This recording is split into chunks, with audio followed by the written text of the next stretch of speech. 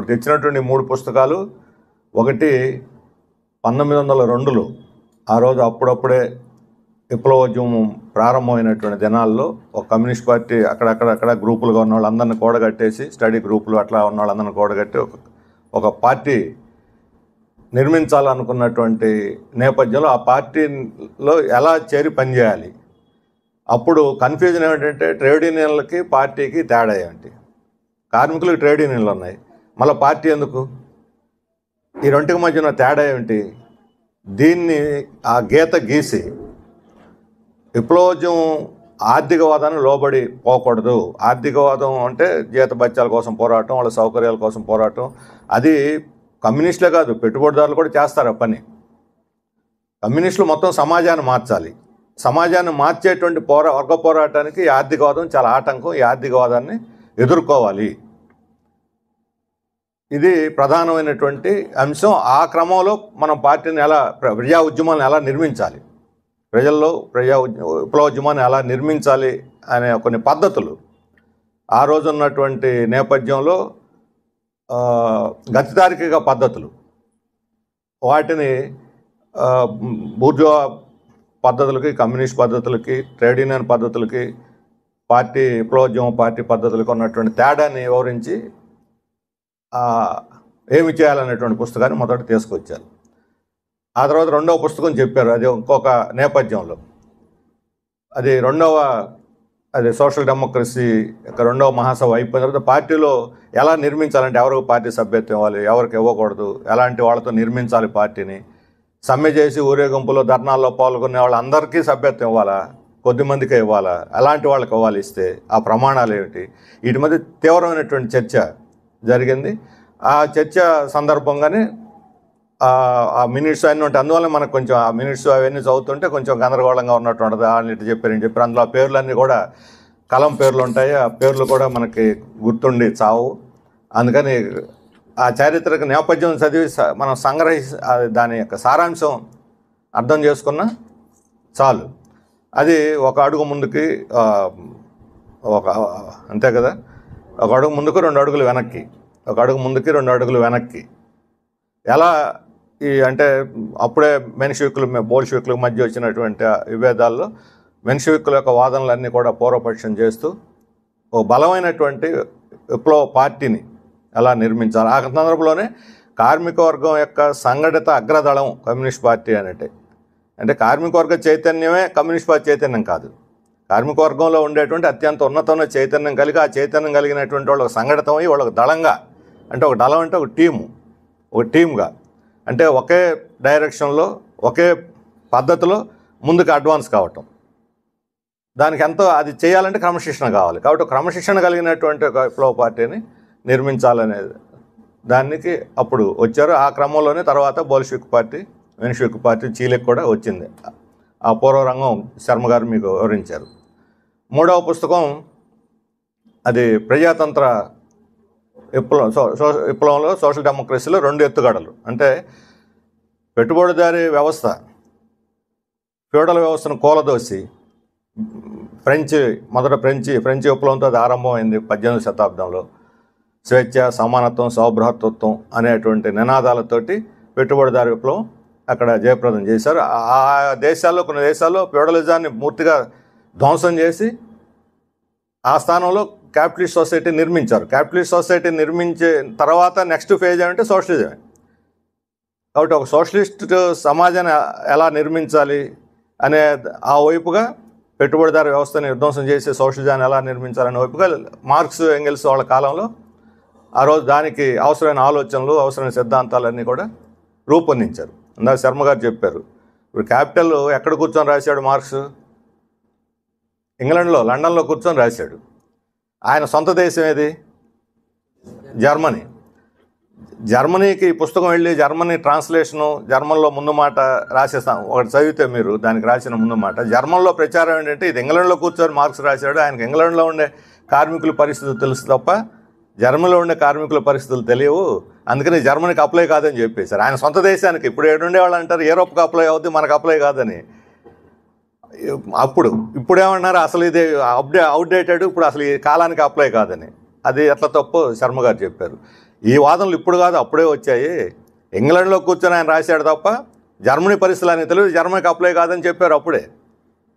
కానీ 1919 నాటికి జర్మనీలో రష్యా విప్లవానికి ముందు తర్వాత జర్మనీలో పెద్ద ఎత్తున విప్లవోద్యమం వచ్చింది. ఆ విప్లవోద్యమాన్ని వెనక్కి నెట్టి దెబ్బ కొట్టి నాజీజం తర్వాత కాలంలో ముందుకు వచ్చింది. ఆ తర్వాత అటువంటి ఒక ప్రత్యేక పరిస్థితుల్లో నేరుగా సోషలిజం అనే ఒక లక్ష్యం సాధించడానికి మార్క్స్ ఎంగెల్స్లు వ్యూహాన్ని రచించారు. అయితే ఇప్పుడు మనం ఇందాక చెప్పిన మార్క్సిజం లెనినిజం అంటున్నాం.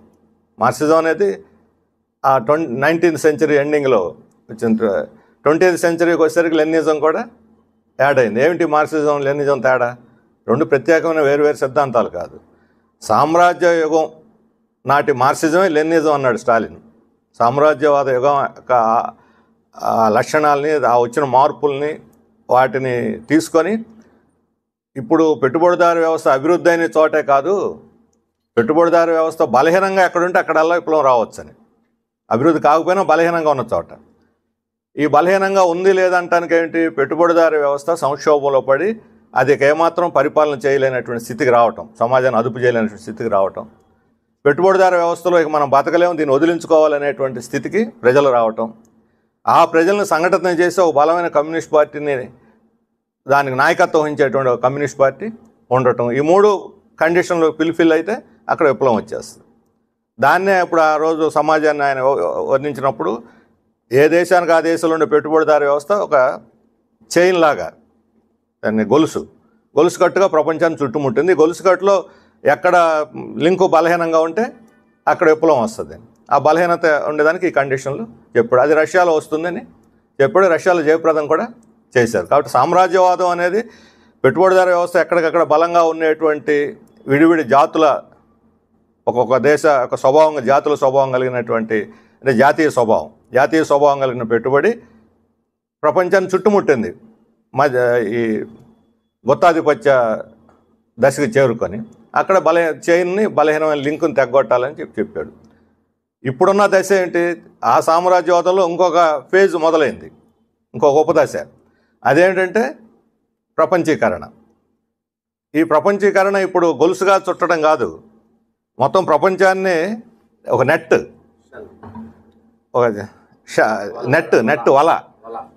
వలలాగా అయిపోయింది.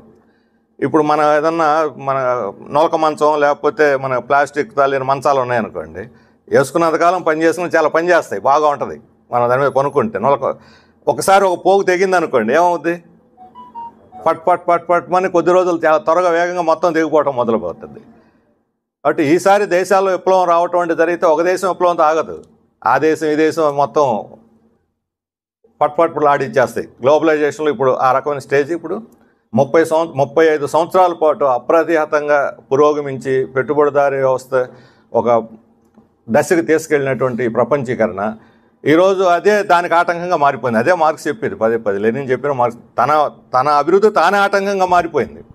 వేరే వాళ్ళు ఎవరు ఆటంకాలు ఇప్పుడు అభివృద్ధి కమ్యూనిస్టులు ఆటంకం సృష్టిస్తున్నారు, చంద్రబాబు నాయుడు గారు లేకపోతే మోడీ. మనం కాదు అభివృద్ధికి ఆటంకం సృష్టిస్తుంది, పెట్టుబడిదారులే ఆటంకం సృష్టిస్తున్నారు. ఈరోజు మన రాష్ట్రంలో కొన్ని వేల ఎకరాలు, ఏపీఐఏసీ ప్రకారం 148,000 ఎకరాలు సేకరించారు గత 10 సంవత్సరాల్లో రాష్ట్రం చీలిన తర్వాత. అందులో ఇప్పటికీ 44,000 ఎకరాలు ఖాళీగా ఉన్నాయి.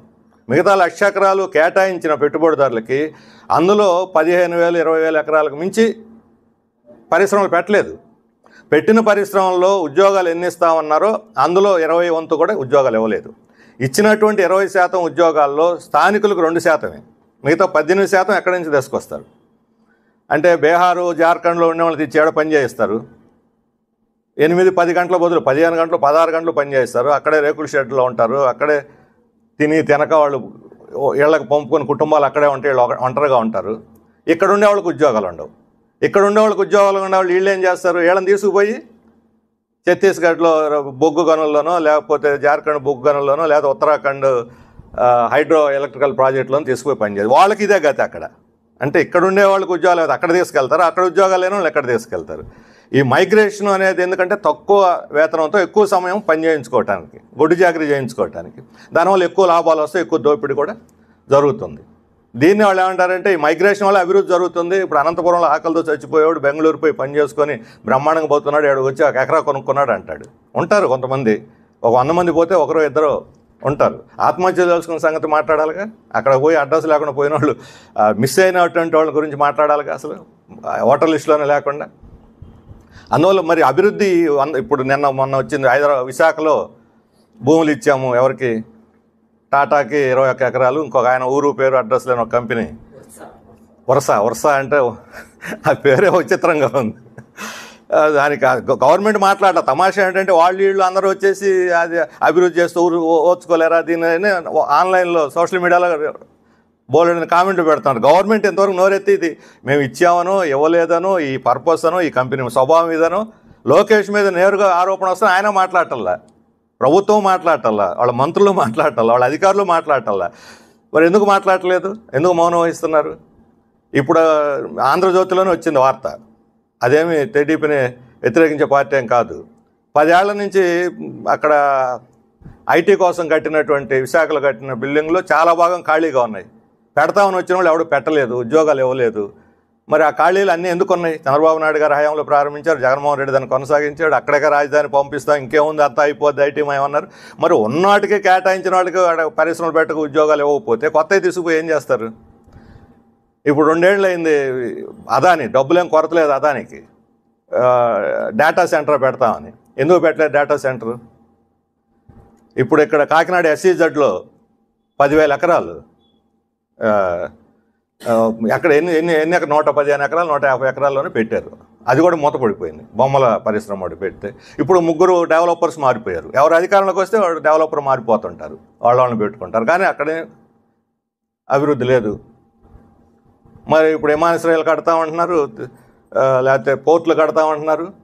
ఇప్పుడు అంతర్జాతీయ పరిస్థితి ఎలా ఉంది? కంటైనర్లో ఉన్న రొయ్యలు సముద్రంలోనే ఆగిపోయినాయి, అవి ఒడ్డుకు చేస్తాయో లేదో తెలియదు. గోడౌన్లో ఉండే బియ్యం అక్కడ ఆగిపోయినాయి. పత్తి కొనేవాళ్ళు, మిర్చి కొనేవాళ్ళు, రైతుల దగ్గర నుంచి కోకో పిల్లలు తినే చాక్లెట్లు తయారు చేసే కోకో కొనేవాళ్ళు లేడు. వీళ్ళందరూ రోడ్డు ఎక్కారు రైతులు. ఇప్పుడు ఎదుర్కొంటున్న సంక్షోభం, వ్యవసాయ సంక్షోభం గత 5-6 సంవత్సరాలు ఎప్పుడు ఎదుర్కోవాలి ఇంత తీవ్రమైనటువంటి వ్యవసాయ సంక్షోభం. ఎందుకు వచ్చింది? ఎవరు దీనికి కారణం? కమ్యూనిస్టులు అడ్డం పడి ఉద్యమాలు చేస్తూ వచ్చిందా? కార్పొరేట్ శక్తులు కొనందువల్ల వచ్చిందా? కొనకుండా ఎవరు పడ్డారు అడ్డం పడి? ఐటీసీ కంపెనీని, గోల్డ్ ఫ్రే కంపెనీకి ఎవరు అడ్డం పడ్డారు కొనకుండా?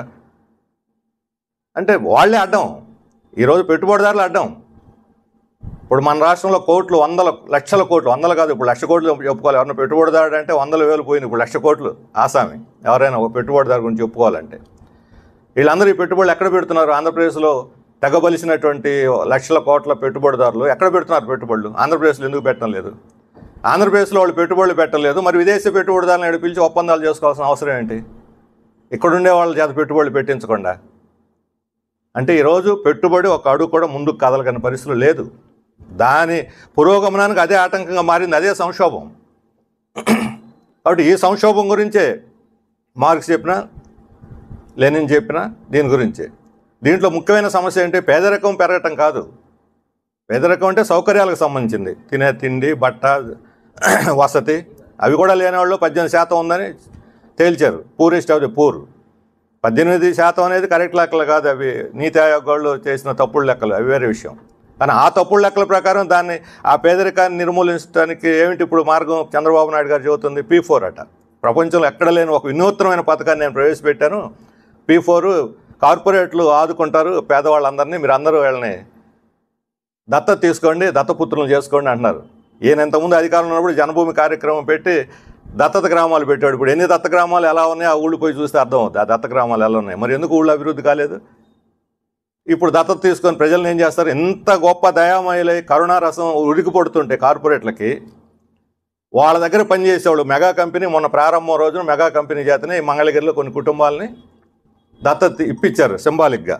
ఉగాది రోజే కదా ఇప్పించారు. అదే మెగా కంపెనీ పోలవరంలో ఎంతమందికి ఎంత వేతనాలు ఇస్తున్నారు? పోలవరం నిర్మిస్తుంది వాళ్ళే.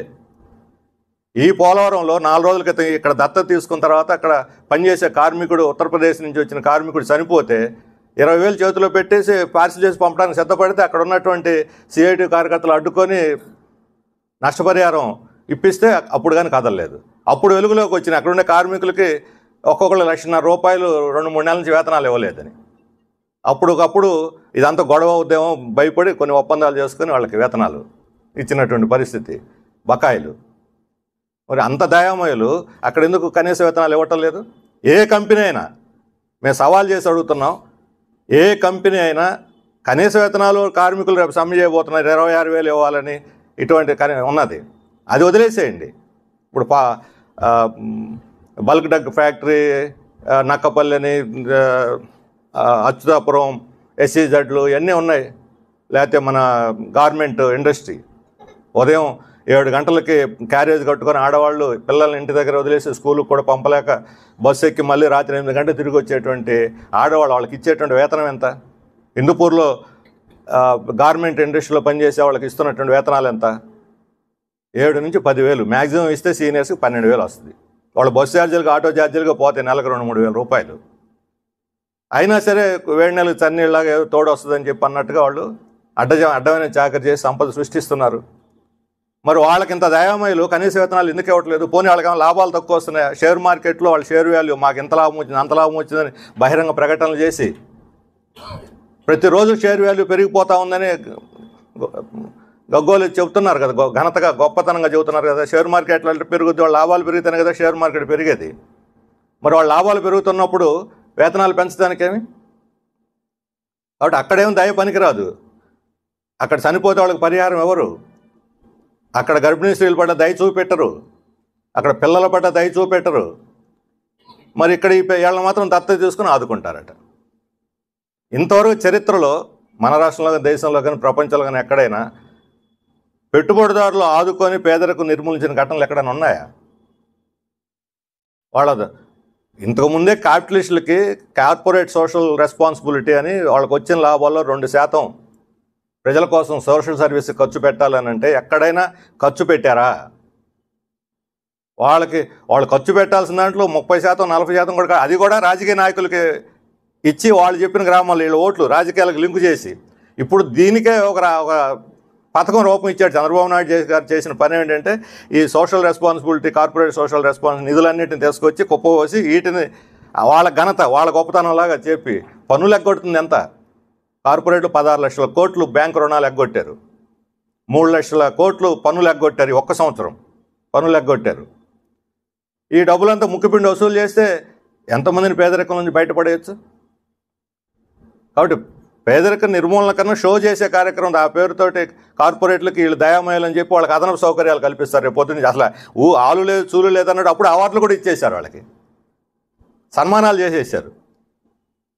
అయిపోతుంది, దాని క్లోజ్, జనం మర్చిపోతారు. ఇక అసలు సమస్య ఏమిటి? ఈరోజు సమాజం ఎదుర్కొన్న సమస్య ఆర్థిక అసమానతలు. ఉన్న వాళ్ళకి లేని వాళ్ళకి సమాజం, ఈ సంక్షోభానికి కూడా మూలం అదే.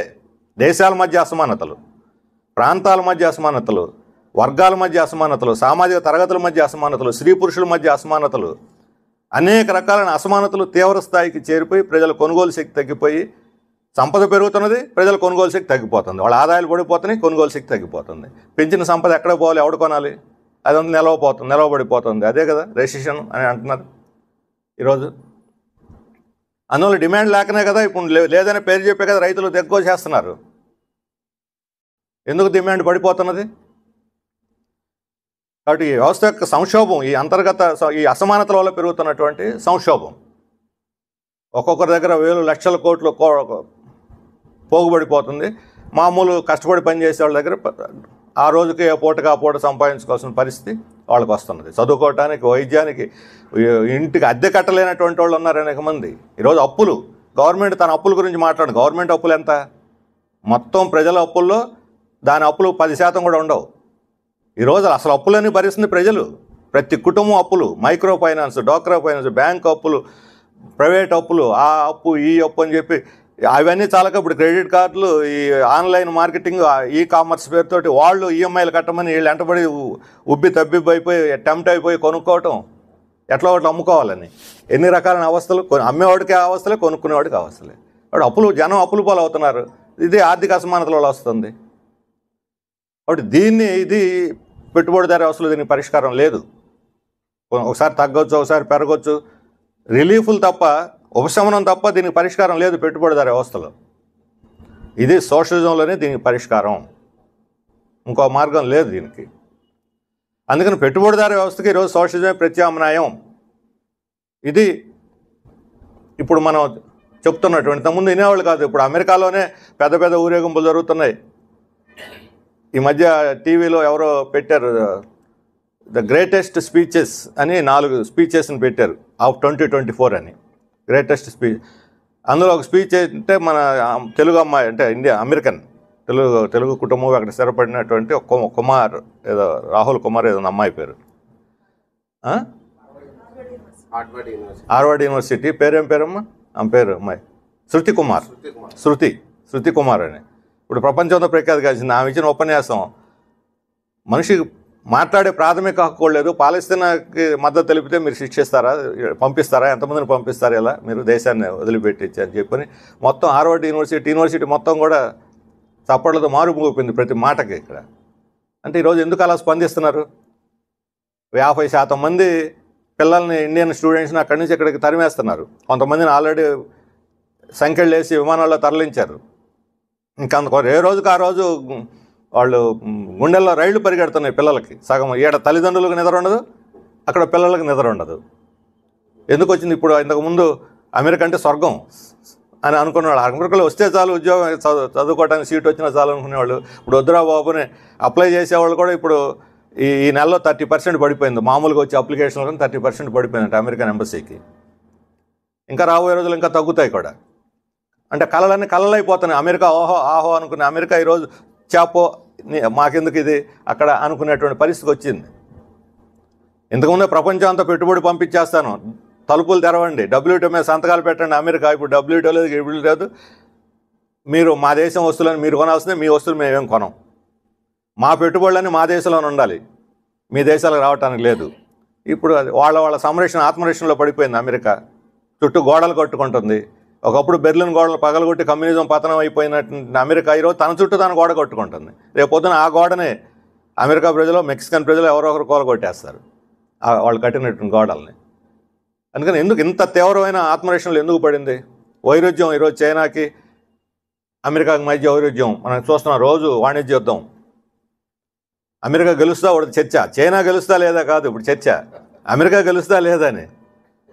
America make it great again అంటే మరలా గ్రేట్ అగైన్ అంటే గ్రేట్ పోయిందనే కదా అర్థం. America first, great it again అని అంటానే. అమెరికా స్థాయిలో 75% చేరుకుంది చైనా. అమెరికా 200 సంవత్సరాలు సాధించిన అభివృద్ధిలో 30 ఏళ్లలో చైనా 70% చేరిపోయింది. ఇప్పుడు అది ఇప్పుడు కానీ అడ్డుకోకపోతే ఆ 25 కూడా వచ్చిందంటే ఇక వాళ్ళు నెంబర్ 1 అయిపోతారు, 2 నుంచి నెంబర్ 1 అయిపోతారు. అందుకని ఇప్పుడు అడ్డుకోవాలని వాళ్ళకి ఆటం. ఏంటి వైరుధ్యం? చైనాతో మన సత్సంబంధాలనే, మన శత్రు దేశం, మిత్ర దేశం కాసేపు పక్కన పెట్టండి. అక్కడ సోషలిజం ఉంది, అక్కడ అమెరికాలో పెట్టుబడిదారీ వ్యవస్థ ఉంది. ఈ సోషలిజానికి పెట్టుబడిదారీ వ్యవస్థకు మధ్య వైరుధ్యం ఇది.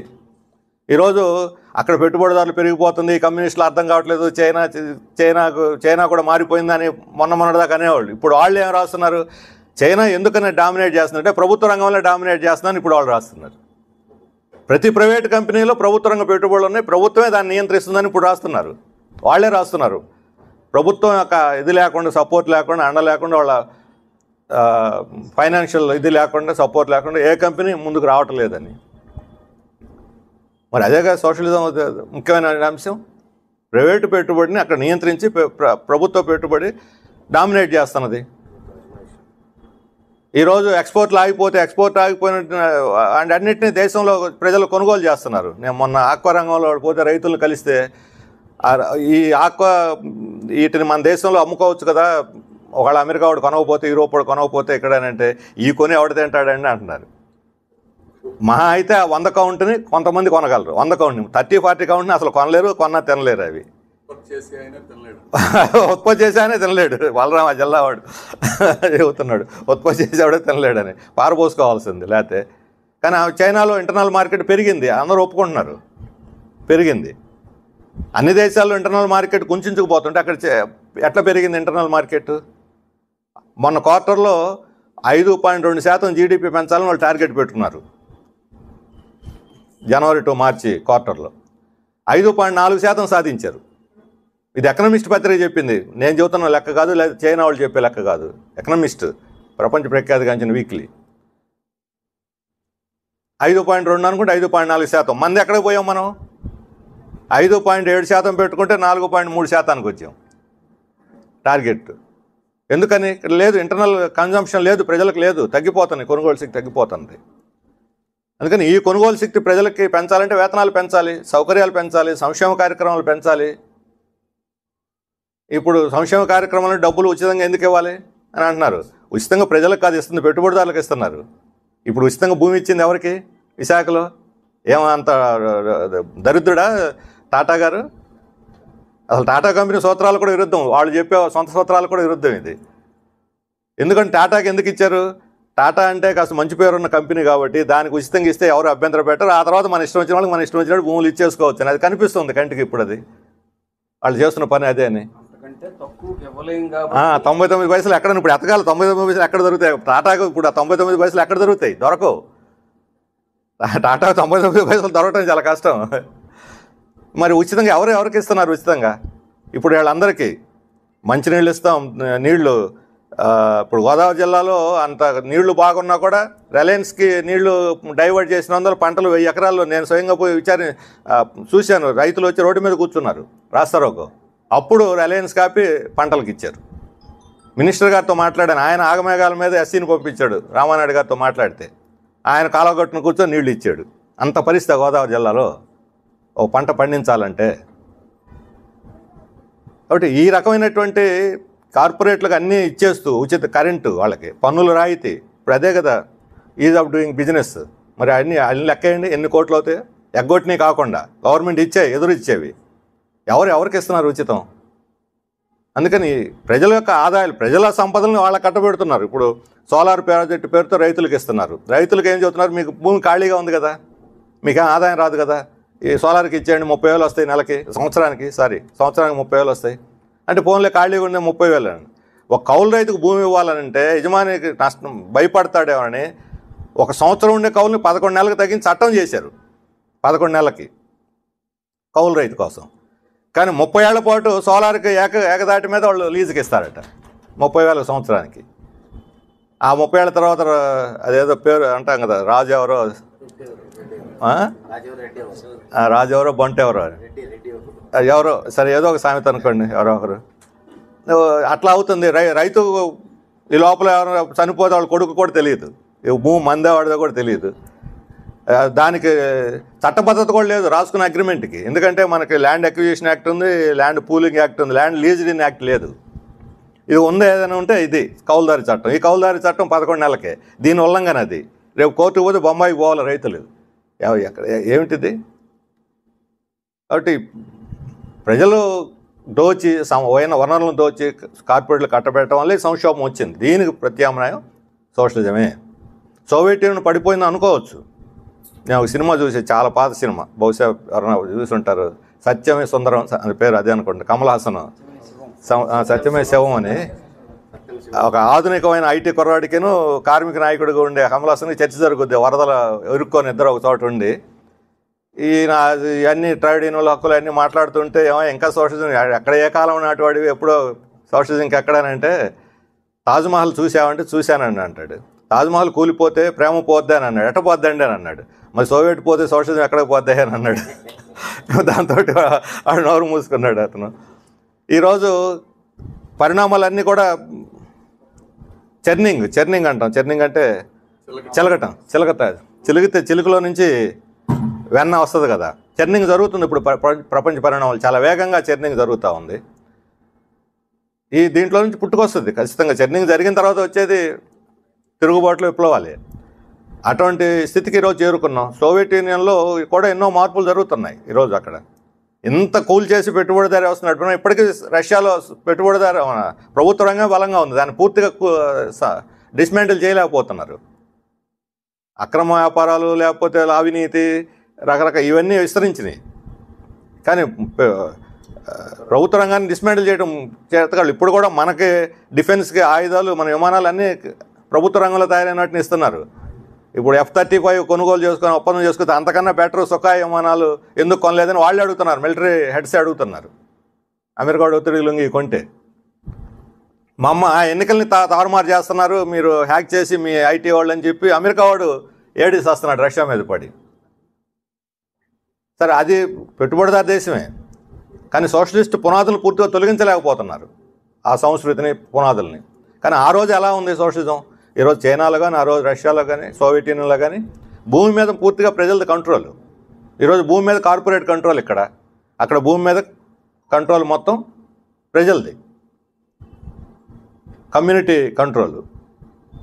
అందరూ ఉమ్మడిగా వ్యవసాయం చేసుకునేవాళ్ళు, సమిష్టి వ్యవసాయం, సహకార రంగం ద్వారా వాళ్ళకి కావాల్సిన మొత్తం సపోర్ట్ గవర్నమెంట్ ఇచ్చేది.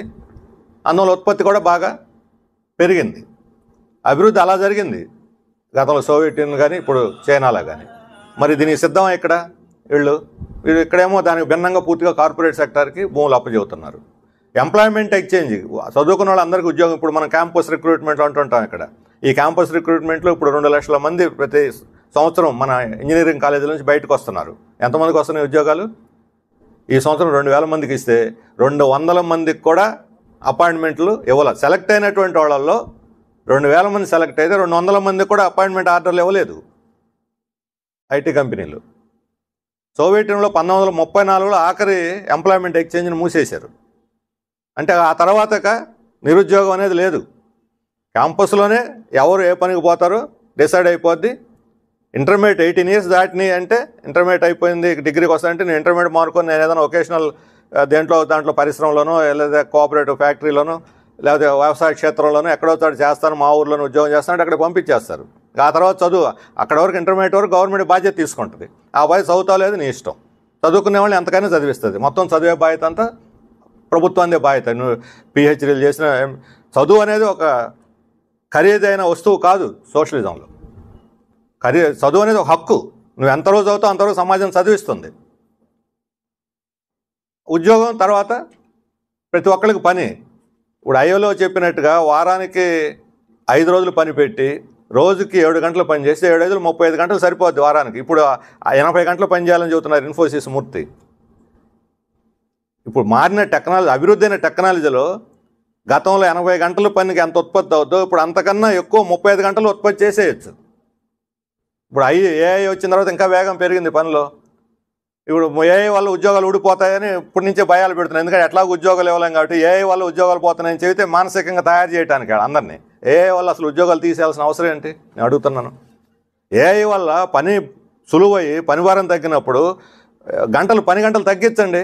రోజు 10 గంటలు పని చేసేవాళ్ళ చేత ఇంటి దగ్గర కూడా తీసుకెళ్ళి వర్క్ ఫ్రమ్ హోమ్ అని చెప్పిన మెడలో గంట కట్టి ల్యాప్టాప్ అని వాడి చేత నిద్రాహారాలు లేకుండా పని చేయించుకుంటున్నాడు. వాళ్ళ చేత 5 గంటలు 6 గంటలు పని చేయించు, మిగతా టైం అంతా వినోదానికి, విజ్ఞానానికి, లేకపోతే కుటుంబంతో గడపడానికి, లేదా ఇతర ఏమన్నా ఊళ్ళో ఒక వ్యవసాయ క్షేత్రం తనే చేసుకుంటాడు, ఇంకో అదనంగా తన పనికి పోతాడు, చేసుకుంటాడు, లేకపోతే సేవ చేస్తాడు ప్రజలకి. ఎన్నో ఖాళీగా విశ్రాంతి సమయం పెరిగే కొద్దీ విజ్ఞానం పెరుగుతుంది. సమాజం యొక్క చరిత్ర అది. ఖాళీగా ఉంటే కదా ఆలోచిస్తాను బుర్ర. కష్టపడి పని చేసిన తర్వాత నిద్రపోదామని నిద్ర రాకపోతే మందు తాగి పనుకుందాం, లేకపోతే డ్రగ్ తీసుకుని పనుకుందామని ఆలోచిస్తున్నాడు తప్ప ఆ కష్టాన్ని మర్చిపోవటానికి, నిద్రపోవటానికి. అదే పని తగ్గితే డ్రగ్స్ ఎందుకు విస్తరిస్తున్నాయి? అసలు సినిమా యాక్టర్ల నుంచి వచ్చినాయి. సినిమా యాక్టర్లు అంటే తోమి పారేస్తారు. ఓదనే రాజుగారు ఉన్నారు, వాళ్ళు నిద్రపోనేరు, మాత్రపోనేరు, అది ఇది అని అన్ని గంటలు ఇన్ని షెడ్యూల్ పెట్టి వాడికి మతి చెడగొట్టేస్తారు. వాళ్ళకి అన్రెస్ట్ పూర్తి. మనకు నవ్వుతూ కనిపించే వాళ్ళు కూడా అన్రెస్ట్లో ఉంటారు. దాన్ని మర్చిపోవడానికి కాస్త డ్రగ్ వాడుకున్నారు. వాడుకునేది అంతా అందరికీ కింద దాకా ఇప్పుడు పిల్లలకు కూడా వచ్చేసింది. ఒక చోట నుంచి మొదలు మొత్తం బొంబాయి నుంచి హైదరాబాద్ నుంచి విజయవాడ నుంచి పల్లెటికి పేటలుగా అన్నిటికీ విస్తరించింది. నీకు ఒక ప్రశాంతమైన వాతావరణం ఉండి ఎటువంటి ఆందోళన లేనటువంటి సమాజం, టెన్షన్ లేని సమాజం, స్ట్రెస్ లేనటువంటి సమాజం వస్తే డ్రగ్స్ అసలు వాటంతా అవన్నీ రూపమైపోతాయి. తాగుడు తగ్గిపోద్ది, స్మోకింగ్ తగ్గిపోద్ది, కుటుంబ జీవితం ప్రశాంతంగా ఉంటుంది, కుటుంబాల్లో అల్లర్లు, భార్యాభర్తల మధ్య, పిల్లల మధ్య తగాదాలు తగ్గిపోతాయి, కోర్టులో కేసులు తగ్గిపోతాయి. వీటన్నిటికీ ఏమిటంటే సమయం తగ్గించి ప్రశాంతంగా పని చేసుకునే అవకాశం ఇవ్వాలి. 10 మంది పని చేసేది 20 మంది చేస్తారు.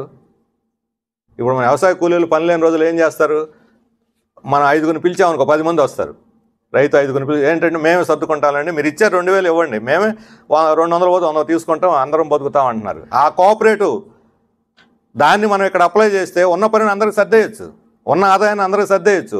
తక్కువ గంటలు ఎక్కువ ఆదాయం వస్తుంది ప్రజలకి. దానివల్ల వాళ్ళకి జీవిత ప్రమాణాలు, జీవన ప్రమాణాలు మెరుగవుతాయి. మాల్ న్యూట్రిషన్, రక్తహీనత ఉండేటువంటి పిల్లలు కనపడరు. లేదా మహిళలు ఆయుష్ పెరుగుతుంది, వాళ్ళ నడుము నొప్పులు తగ్గిపోతాయి. ఇంట్లో ఆదాయం పెరిగితే ఇంట్లో అన్నిటికీ మిషన్లు పెట్టేసుకుంటారు. ఇప్పుడు అప్పులు చేసి కాకుండా ధైర్యంగా కొనుక్కుంటారు. రేపు పొద్దున అప్పు ఎట్ట తీర్చాలని భయం ఉండదు. ఇన్ని సౌకర్యాలు, ఇన్ని హక్కులు, చదవటం హక్కు, ఆరోగ్యం హక్కు, ఉద్యోగం పొందడం హక్కు, జీవితం చివరికి చచ్చిపోయిన తర్వాత గౌరవప్రదమైనటువంటి అంత్యక్రియలు కూడా హక్కు సోషలిజంలో. ఈరోజు చచ్చిపోతే నా కొడుకులు చూడడం, కొడుకులు కూతుళ్ళు చూడడం, ఏమో మున్సిపల్ ముందే సమాధి కట్టుకున్న వాళ్ళు ఉన్నారు ఇక్కడ. మళ్ళీ తర్వాత పొద్దున్న నాకు సమాధి సరిగ్గా కట్టరేమోనని. ఎవరి వాళ్ళది, ఎవరు బతుకోళ్ళది. కాబట్టి సోషలిజం అనేది ఒక ఉన్నతమైన సమాజం, అది ఆదర్శమైన సమాజం, ఆచరణాత్మక సమాజం, నిర్మించదగిన సమాజం, నిర్మించి సఫలీకృతమైన సమాజం. కుట్ర చేసి కూల్ చేయొచ్చు, మన తప్పుల వల్ల కొన్ని పొరపాట్లు కూడా జరిగి ఉండొచ్చు. కానీ ఒకసారి కూలిపోయిందని మళ్ళీ నిర్మించలేమనుకోరు. పూరి గొడిచి పెట్టుకొని తగలబెడితే ఎవడు చెట్టు కింద కాపురం పెట్టడు, మిద్దె కట్టుకుంటాడు దాని బదులు. సోషలిజం కూలిపోతే పాఠాలు నేర్చుకొని ఇంకా బలమైన సోషలిజాన్ని నిర్మించాలనుకోవాలి తప్ప మనం సోషలిజం విఫలమైందని చెప్పని అనుకోవడం తప్పు. అది అందువల్ల ఈరోజు ఈ పెట్టుబడిదారు వ్యవస్థ సోషలిజమే ప్రత్యామ్నాయం, దీనికి తప్ప ఇంకో మార్గం లేదు. అయితే ఈ పుస్తకంలో ఇంకోటి ఉంది, ప్రజాతంత్ర ఎత్తుగడల గురించి చెప్పింది. ఆయన చెప్పింది ఏంటంటే సోషలిజాన్ని సాధించాలంటే మధ్యలో ఒక డెమోక్రటిక్ స్టేజ్, పరివర్తన దశ ఉంటుంది, ఇంకొక దశ మధ్యంతర దశ. దాని గురించి దాని ఆవశ్యకత ఏంటి, ఇతర రష్యాలో ఉన్న ప్రత్యేక పరిస్థితులను దృష్టిలో పెట్టుకొని ఆ పుస్తకాన్ని రాశాడు. ఏకంగా సోషలిజాన్ని సాధించలేము, ముందు రాజ్యాధికారానికి వస్తే కార్మిక వర్గం, ఆ తర్వాత నెక్స్ట్ సోషలిజాన్ని నిర్మించవచ్చు. ఈ రెండు దశలు మనం అర్థం చేసుకోవాలని ప్రజాతంత్ర విప్లవ దశలు, దాంట్లో సోషల్ డెమోక్రసీలో ఉన్న ఎత్తుగడల గురించి చెప్పాడు. మన దేశంలో కమ్యూనిస్ట్ పార్టీల మధ్య ఈ మధ్యంతర దశ ఉండాలి అనే దాంట్లో భేదాభిప్రాయం లేదు. అది సిపిఐ అయినా, సిపిఎం అయినా, నక్సలైట్లని ఎవరైనా సరే మధ్యంతర దశ అనే దాన్ని యాక్సెప్ట్ చేశారు. అయితే ఆ మధ్యంతర దశ ఎలా ఉండాలి అనే దాని మీద విభేదాలు. అది జనతా ప్రజాస్వామికం, జాతీయ ప్రజాస్వామికం, లేకపోతే నూతన ప్రజాస్వామికం, ఈ విభేదాలు. లేకపోతే ఎన్నికల్లో పాల్గొవాలా వద్దా, లేదా సాయుధ పోరాటమా, లేదా శాంతి, ఇవన్నీ ఎత్తుగడలకు సంబంధించినవి. అవన్నీ వ్యూహానికి సంబంధించిన విషయాలు కాదు. అందువల్ల కమ్యూనిస్ట్ పార్టీల మధ్య ఉండేటువంటి తేడాలు చిన్న చిన్న కొన్ని సిద్ధాంతపరమైనవి, కొన్ని నిర్మాణపరమైనవి, ఇవన్నీ ఉన్నాయి. శర్మ రాసిన దీంట్లో రాశాడు, ఉపోద్ఘాతంలో ఇందాక చెప్పేటప్పుడు కూడా చెప్పాడు, కార్మిక వర్గాన్ని ఐక్యం చేయాలంటే కమ్యూనిస్టులు ఐక్యం అయితేనే కార్మిక వర్గం ఐక్యం అవుతుందని కండిషనే లేదు. కార్మిక వర్గాన్ని ఐక్యం చేయగలిగినటువంటి కెపాసిటీ ఏ పార్టీ తీసుకున్నా ఆ పార్టీ అయినా జయప్రదం అవుద్ది. అందుకని సరైన ప్రోగ్రాం ఉందా లేదనేది దానికి మూలం ప్రామాణికం తప్ప, ఇప్పుడు మనకు లెక్కల్లో అనుకోండి 1+1 2 అవుద్ది. మనం ఎన్నికల్లో పోతే ఒక్కోసారి 1+1 = 4 కూడా అవుద్ది. 1+1 4 ఎట్లా అవుద్ది, 1+1 0 కూడా అవుద్ది. అందువల్ల ఈ మ్యాథమెటికల్ లెక్కలు, ఆల్జబ్రాని యాజిటీజ్గా మనం రాజకీయాల్లో అది అప్లై అవ్వదు. ఇప్పుడు నేపాల్లో ఏం జరిగింది, 3 కమ్యూనిస్ట్ పార్టీలు ఉన్నాయి, మనలాని సిపిఐ, సిపిఎం, ఎంఎల్ లాంటి దాదాపు దీనికి సరిపడినట్టుగా ఉన్నాయి. రాజుకు వ్యతిరేకంగా జరిగిన పోరాటాలు అందరూ కలిసి పోరాడారు, తర్వాత కలిసిపోయారు, ఒకే పార్టీగా అధికారానికి వచ్చి 5 పార్టీలు అయినాయి. ఇప్పుడు రాజు తిరుగుబాటు చేసే స్థితికి వచ్చాడు, జనాన్ని కూడగట్టి మళ్ళీ తిరిగి రాచరికం, మోడీ మద్దతు కూడా ఉంది కాబట్టి మళ్ళీ రాచరికానికి పోవాలని జనం యాక్సెప్ట్ చేయలేదు ప్రస్తుతానికి. అంతవరకు మంచిదే. కమ్యూనిస్టులు వేరుగా ఉన్న జనం మాత్రం మేము మళ్ళీ రాచరికం పోవని చెబుతున్నారు. ఏమో ఇంకా వాళ్ళకి విరక్తి వచ్చి పోతారేమో. అందుకని ప్రిన్సిపుల్డ్ ఐక్యత అనేది ప్రిన్సిపుల్డ్గా ఉండాలి, సిద్ధాంతపరమైనటువంటి ఐక్యత, వ్యూహాత్మకమైనటువంటి ఐక్యత ఉండాలి. ఎత్తుగడలో తేడాలు ఉంటాయి. అందువల్ల ఈరోజు కార్మిక వర్గాన్ని కూడగట్టి వాళ్ళందరినీ ఒక డైరెక్షన్లో, ఒకే డైరెక్షన్ నడపగలిగిన, ఒక క్రమశిక్షణ కలిగిన, నిర్మాణ శక్తి కలిగినటువంటి కమ్యూనిస్ట్ పార్టీ యొక్క ఆవశ్యకత ఉన్నది. అది ఆ శక్తి విడిగానే ఉండొచ్చు, కలిసిపోయిన ఉండొచ్చు, ఉమ్మడి అవగాహన వచ్చి కలిసిపోతే మంచిదే. ఉమ్మడి అవగాహన లేకుండా ఒక ఐక్య వ్యూహం, ఉమ్మడి వ్యూహం లేకుండా అవకాశవాదంగా కలిసిపోయినందువల్ల వచ్చే లాభం అయితే ఏమీ ఉండదు. అందువల్ల ఆ వైపుగా డైరెక్షన్ తిప్పినందువల్ల పెద్ద ఉపయోగం లేదు. ఎందుకంటే వీళ్ళు కలవరు, దేశం మారదు అని నిరుత్సాహపడటానికి, నిరాశపడటానికి ఉపయోగపడుతుంది. దేశం మారటానికి కావాల్సిన పోరాటాన్ని నడపగలిగితే కలిసినా కలవకపోయినా పోరాటం జయప్రదం అవుతుందనే కాన్ఫిడెన్స్ వస్తుంది. కాబట్టి కలిసి పని చేద్దాం. కలిసిపోతామా లేదనేది తర్వాత సంగతి. కలిసి పని చేయడంలో చిత్తశుద్ధిని చూపెట్టాలి. అన్ని కమ్యూనిస్ట్ పార్టీలు ఆ రకమైన కృషి కూడా నడుస్తుంది. అది ఇంకా బాగా బలపడాల్సినటువంటి అవసరం ఉంది. భారతదేశం యొక్క నిర్దిష్ట పరిస్థితులకి మనం అర్థం చేసుకొని దానికి అనుగుణంగా ఈ దేశ సమాజాన్ని మార్చి నూతన సమాజం, ఒక విశిష్టమైనటువంటి సోషలిస్ట్ సమాజాన్ని సాధించడానికి లెనిన్ రచనలు మనకు మార్గదర్శకంగా ఉపయోగపడతాయి. కార్యకర్తలు, మన విద్యావంతులు, అది కేవలం విజ్ఞానం లేకపోతే వికాసమే కాదు. ఈ పుస్తకాలు చదివినందులో వచ్చేది మనకి విజ్ఞానం వికాసంతో పాటు ఉద్యమం కూడా వస్తుంది. ఈ పుస్తకాలు ఉద్యమాన్ని సృష్టిస్తాయి. అది ఈ పుస్తకాల ప్రత్యేకత. అందుకని అలాంటి వాటిని మన కార్యకర్తలు అందరూ కూడా కొద్దిగా కష్టం, సైన్స్ ఎప్పుడు కష్టంగానే ఉంటుంది అర్థం చేసుకోవడం. ఇతరుల సహాయం తీసుకోవచ్చు, లేకపోతే రెఫరెన్స్ గ్రంథాల సహాయం తీసుకోవచ్చు. ఏ రకంగా తీసుకున్నా సరే వాటన్నిటిని కూడా కష్టపడి అధ్యయనం చేయాలని చెప్పని కోరుతూ ఈ పుస్తకాలు తెచ్చిన ప్రజాశక్తి బుక్ హౌస్ వారిని మరోసారి అభినందిస్తూ సెలవు తీసుకుంటున్నాను.